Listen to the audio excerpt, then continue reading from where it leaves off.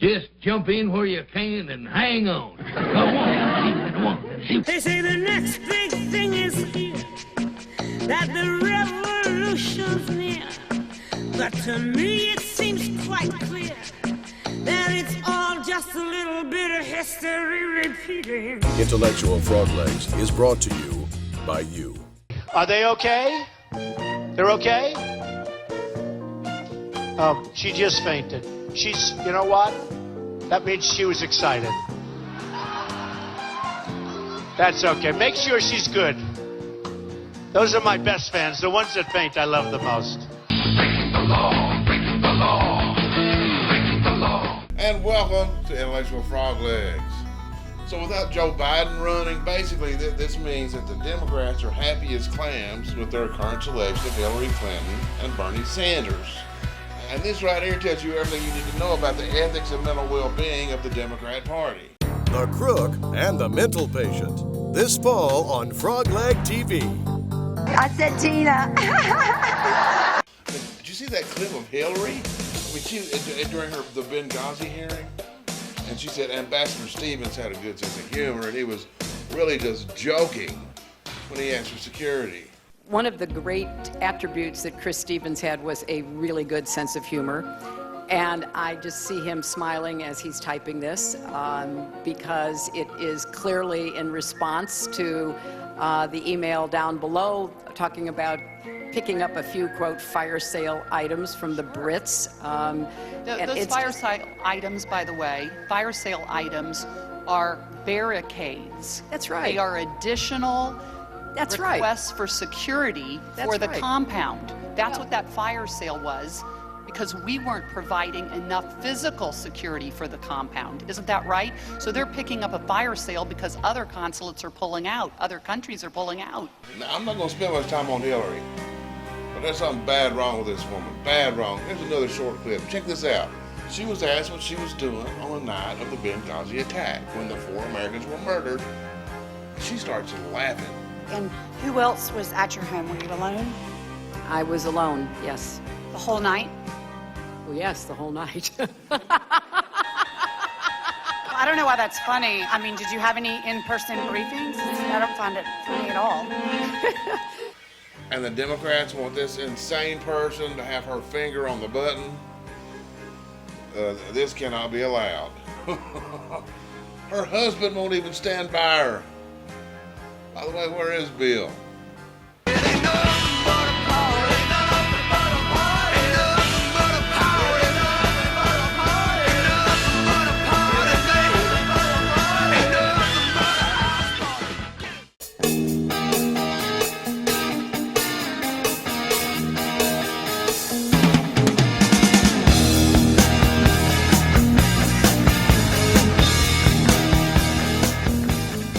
Anyway, we're here about some Trump. Trump is absolutely electrifying crowds across this country, and it's awesome. It's awesome. The dude has relit the flame of patriotism, the love of country. Look, you have a Manhattan billionaire connecting with everyday, hard-working Americans. Because you know what? Common sense is common sense, and it does not change according to income levels. And this is absolutely a movement. Because most Americans understand that we are about to lose this country if we don't shut down the crap that's going on inside Washington, D.C. Our biggest enemy is our government. The anti-American interests are so deeply rooted, and our country is much worse off than it was in the final years of Jimmy Carter's administration. Even people that don't know what's wrong know something's wrong.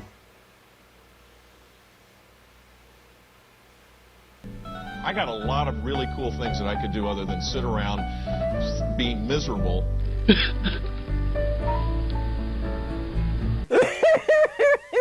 Anyway, I was working on writing this when I stumbled upon an awesome article written by A.J. Delgado, a brilliant writer, even for a girl. But she did a better job of expressing my views than I did. Anyway, we're going to use her article as an outline for this episode, so let's get rolling. Number one, and they're in no particular order. But number one, Donald Trump is not your ordinary politician. I don't think anybody would possibly dispute that, but a lot suggest that it's a bad thing. Well, it's not a bad thing, it's a good thing, and he's defying all the laws of the political universe. His ideas, a sound immigration policy, returning manufacturing jobs to America, negotiating better trade deals, these are not radical ideas.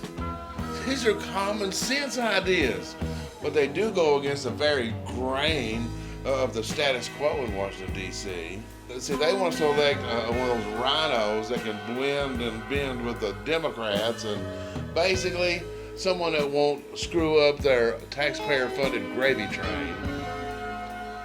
And that ain't Donald Trump. Because, and that brings us to number 2, Trump does not rely on donors. Your cash ain't nothing but trash. Your cash ain't nothing but trash. This cannot be overstated enough. These donors are the biggest part of the cancer that's eating away at our nation. Not relying on donors, especially not following the Rubio or Bush models of huge support for just a handful of individuals. This is crucial. Every other one of these Republicans cannot take the pro-American position because their donors don't want it. That's it. Nobody's going to own Donald Trump. Trump will not be owned because Trump owns. Yeah, he does. And the fact that he doesn't have these big donors trying to pull his strings is precisely why we need the guy to win. Number 3, Donald Trump does not have a filter. Here I go again on my own. Going down the only road I've never known. One of my favorite aspects. We keep hearing from the haters, and the haters are always going to hate, Trump's mouth is the problem. Well, you know what? Where you guys see a loud mouth, we see candor. Where you guys see a lack of filter, we see transparency. Where you see a man who makes verbal gaffes, we see a man who's willing to wipe the cancer of political correctness out of our society. We're sick of it. Are you aware that the term anchor baby, that's an offensive term? People find that hurtful. You mean it's not politically correct, and yet everybody uses it? Look it up in the dictionary. It's offensive. Give me a different term. Give me a different term. What else would you like to say? The American-born child of an undocumented immigrant. You want me to say that? Okay. No, I'll use the word anchor baby. Saying, Excuse me. me. Why do you have to use that phrase? I'll use the word anchor baby. And where you guys see a loose cannon, we see a man who says what he means and means what he says. We have to kill ISIS. Unlike your political establishment robots who can't make a single statement until it's been cleared by 20 handlers and 10 advisors and a social media team. That's not what I said. We're sick of this crap. So go ahead and call Donald Trump a bully. I disagree. I know he can be tough, but a couple of points. A bully in Washington, D.C. is precisely what we need. And you know what? But Trump's he's no more of a bully than those donors in the establishment who try to silence us and sideline our preferences by writing their big checks or by having their media slander us. There is such a thing as low information voters on the right, and that's exactly what we're seeing with the Donald Trump prop up here. Number 4, Donald Trump is speaking for us, the peasants. No joke. He's speaking for everybody. But we have no voice in Washington, D.C. None. We've had politicians that throw us meaningless election year bones and their corny platitudes of how they achieved the American dream. I'd walk uphill in the snow with no legs, and always making promises that they never keep. You can't name a single conservative victory coming out of D.C. in over a decade. Go ahead and try. We'll hold.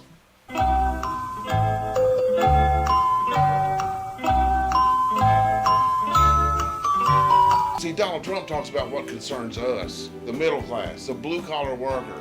Bringing back jobs to the American worker is something politicians don't even remotely give a damn about. If they did, they wouldn't keep getting worse.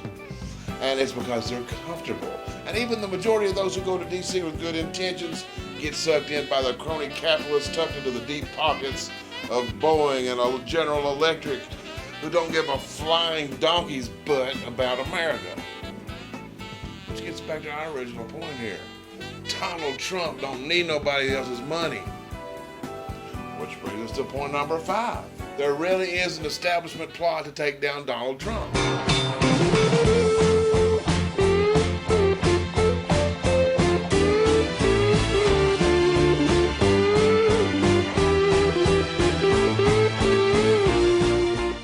The Washington Examiner's Byron York wrote this about the establishment's frustration with their candidates' poor performances and their rage against Trump.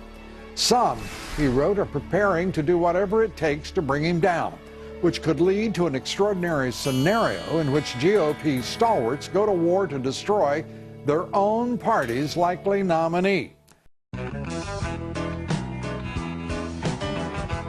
so far, their attempts to take him down just keep backfiring.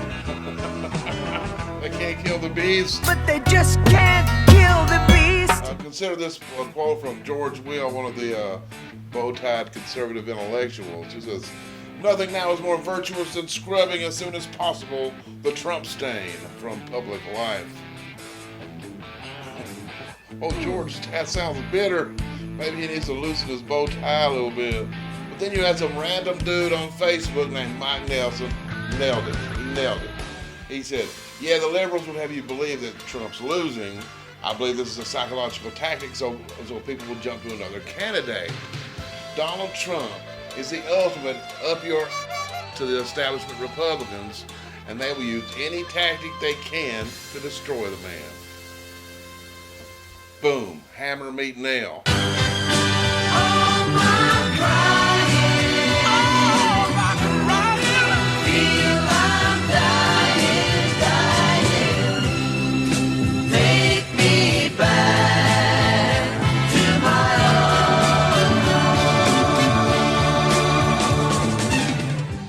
And the more they freak out and get breathless over, did you hear what Donald Trump said? We have to kill ISIS. The more the American public shrugs and says, you know what? We like him even more. How about that? I mean, look. And then take that Megyn Kelly incident. Everybody there, they kept saying, Trump's going to be doomed for picking a fight with everybody's favorite little flower, Megyn Kelly. Well, they were wrong. The people didn't care. They don't care. We feel no pity for the media. And Trump's numbers skyrocketed again. I do believe I'm feeling stronger every day. Then you had the media plant Jorge Ramos, the little Mexican with the notepad, who absolutely embarrassed himself throwing a hissy fit, a liberal hissy fit, when Donald Trump refused to put up with his nonsense, and Jorge was escorted out. Excuse me, sit down. You weren't called. Sit down. Sit down. Sit down. Jorge was trying to say Trump's a racist and hates Mexicans. You know, Jorge, go fix your own damn country. And on the way out, you think you could trim those shrubs a little bit? They're a little shaggy. I'm on a Mexican radio. And one of your sneakier tactics is where you don't hit them directly. You just have your media attack dogs launch misinformation campaigns. The Trump campaign is losing. The Trump campaign is collapsing. They're never going to make it. And they keep repeating it and they hope it sticks, but it never does. In games without frontiers, war without tears. If looks could kill, they probably will. In games without frontiers, war without tears. Games without frontiers, war without tears. A lot of people ain't gonna believe this, but I'm gonna tell you this. What he was doing. See, all my people are. What's the matter? Well, you're getting a little close. You sure you ain't? No, nothing the matter. Nothing the matter with me, Mr. Martin. He's a guy in my outfit was, though. He threw a grenade like that.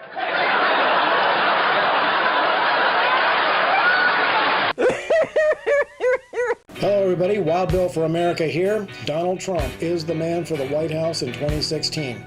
Everything in Trump's life has prepared him and led him to this path for this moment in American history. I am convinced that he, of all the people who are running for president, have the talents and the skills to fix what's wrong with the USA.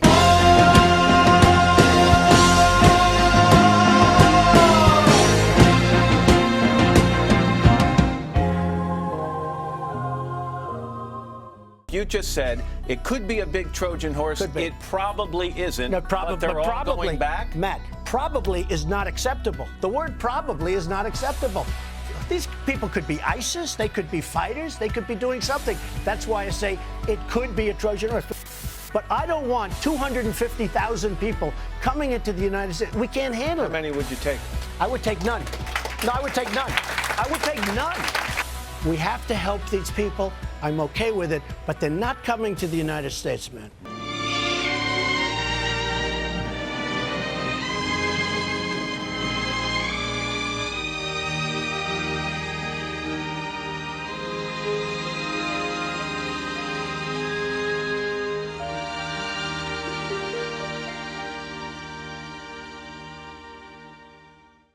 Number 6 is an aspect that may surprise you: diplomacy.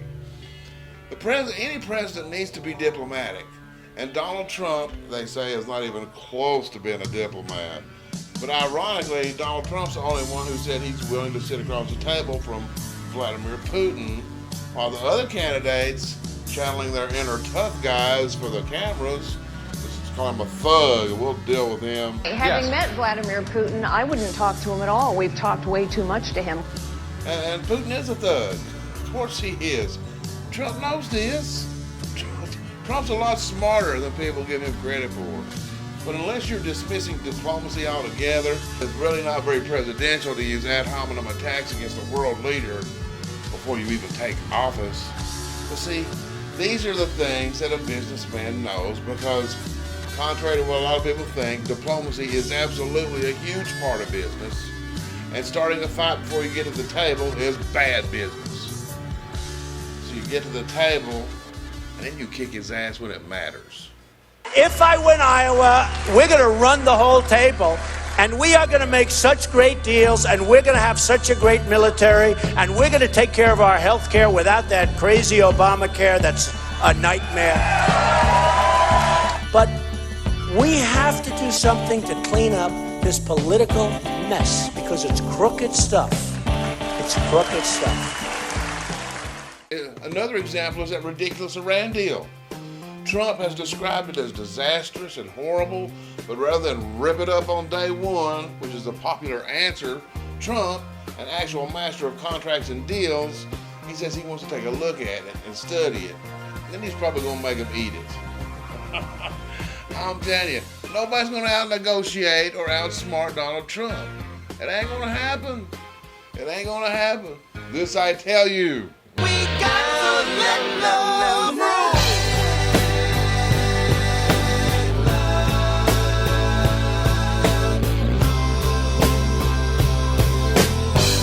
We got to let love roll. Anyway, this wraps up segment 1 of the case for Donald Trump.